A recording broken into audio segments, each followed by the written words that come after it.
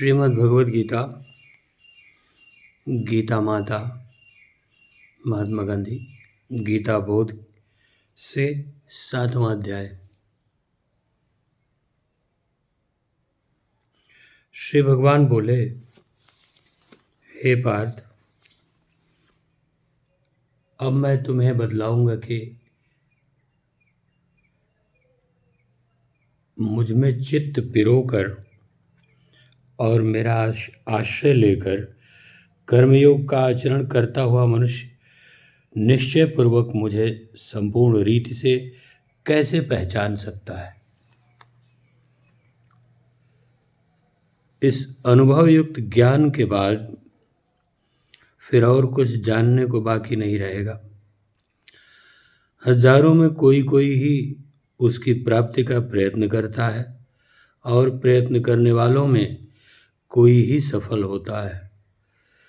पृथ्वी, जल, आकाश, तेज और वायु तथा मन, बुद्धि और अहंकार वाली 8 प्रकार की मेरी एक प्रकृति है। इसे अपरा प्रकृति और दूसरे को परा प्रकृति कहते हैं, जो जीव रूप है, चैतन्य रूप है। इन 2 प्रकृतियों से अर्थात देह और जीव के संबंध से यह सारा दृश्य जगत है। जैसे माला के आधार पर उसके मणिये रहते हैं, वैसे जगत मेरे आधार पर विद्यमान है।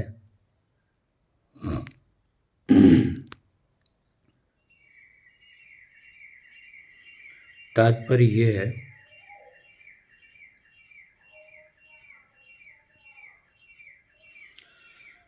जल में रस मैं हूँ, सूर्य चंद्र का तेज मैं हूँ, वेदों का ओंकार मैं हूँ, आकाश का शब्द मैं हूँ, पुरुषों का पराक्रम मैं हूँ,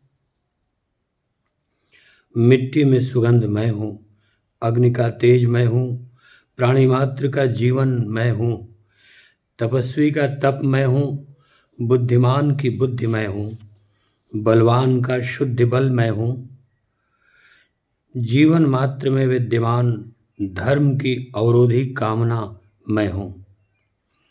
संक्षेप में सत्व, रजस और तमस से उत्पन्न होने वाले सब भावों को मुझसे उत्पन्न हुआ जान। उनकी स्थिति मेरे आधार पर ही है। मेरी त्रिगुणी माया के आधार के कारण इन 3 भावों या गुणों में रचे पचे लोग मुझ अविनाशी को पहचान नहीं सकते। उसे तर जाना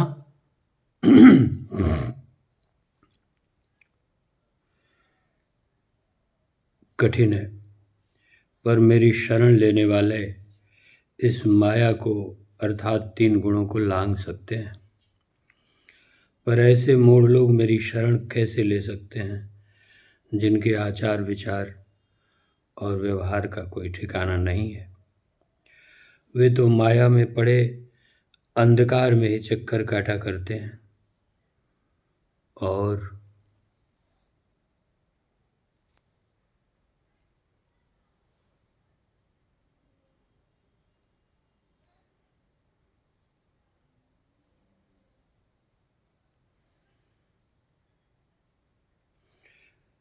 ज्ञान से वंचित रहते हैं।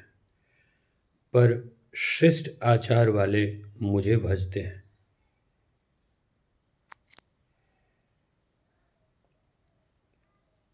इनमें कोई अपना दुख दूर करने को मुझे भजता है, कोई मुझे पहचानने की इच्छा से भजता है और कोई कर्तव्य समझकर ज्ञानपूर्वक मुझे भजता है। मुझे भजने का अर्थ है मेरे इस जगत की सेवा करना।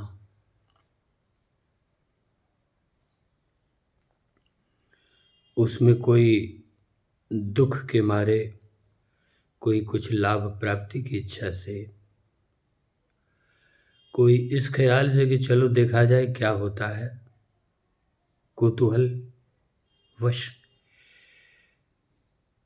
और कोई समझबूझकर इसलिए कि उसके बिना उनसे रहा ही नहीं जाता, सेवा परायण रहते हैं। ये अंतिम मेरे ज्ञानी भक्त हैं और मैं कहूँगा कि मुझे ये सबसे अधिक प्यारे हैं। या ये समझो कि वे मुझे अधिक से अधिक पहचानते हैं और मेरे निकट से निकट हैं।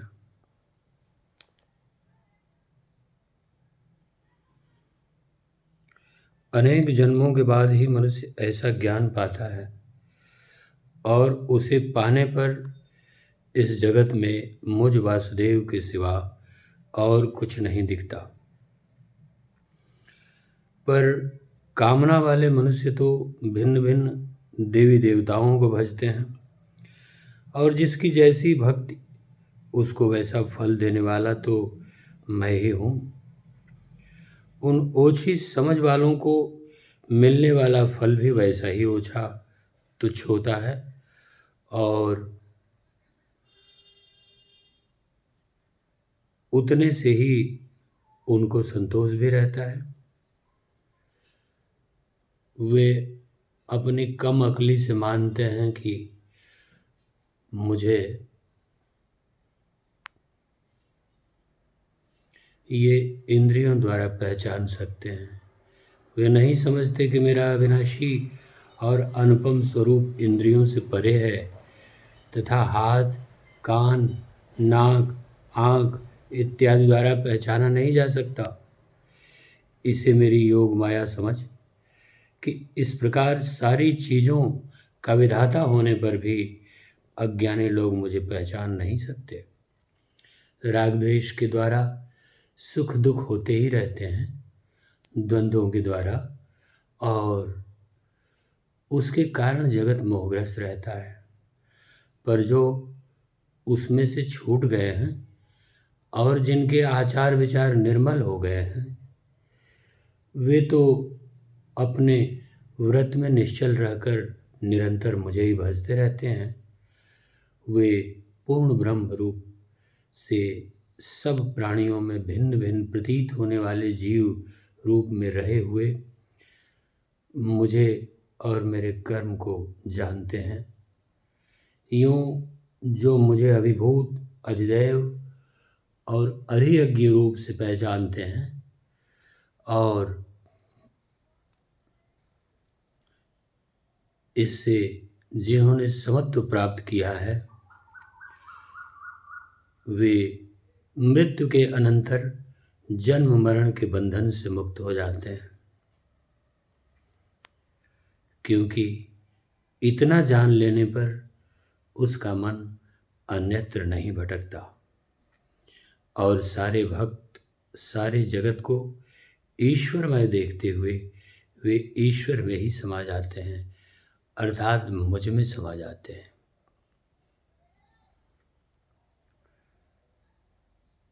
एकम शास्त्रम देवकीपुत्र गीतमेको देवो देवकीपुत्र एव एको मंत्रस्तस्य नामानि यानि कर्माप्येकं तस्य देवस्य सेवा। मूकं करोति वाचालं पंगुं लंघयते गिरिं यत्कृपा तमहं वन्दे परमानंदं माधवम्। त्वमेव माता च पिता त्वमेव बन्धुश्च सखा त्वमेव विद्या द्रविणं त्वमेव सर्वं मम देव देव। ओम श्री परमात्मने नमः। स्वाध्याय एक सेतु की भांति है, आधा स्थूल जैसा, क्योंकि उसका एक स्वरूप स्थूल सा है और दूसरा स्वरूप सूक्ष्म जैसा। स्थूल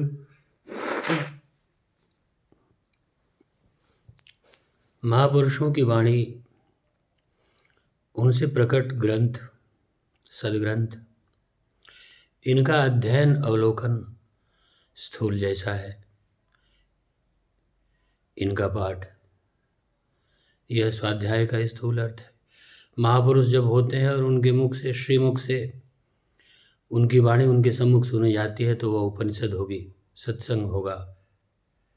किंतु स्थूल जगत में उनके न होने के समय यह उनकी वाणी भी उनका ही स्वरूप है।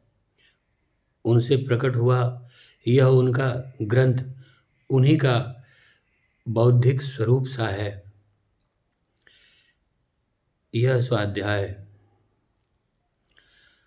हमारी बाहर की पड़ी आदतों को बदलता है, बदल सकता है। उससे प्रकाश, उससे आश्वासन मिलकर अंतः में सिमटने के लिए चित्त प्रवृत्त होने लगता है, हो सकता है। तब उसका सूक्ष्म अर्थ होगा। जब वह भीतर प्रविष्ट होने लगेगा, हमारा स्मरण जब भीतर की तरफ आएगा, तभी वास्तविक कार्य होगा। और भगवान श्री कृष्ण महाराज जो कह रहे हैं उसका वास्तविक अर्थ तभी प्रकट हो पाएगा। ओम श्री परमात्मने नमः।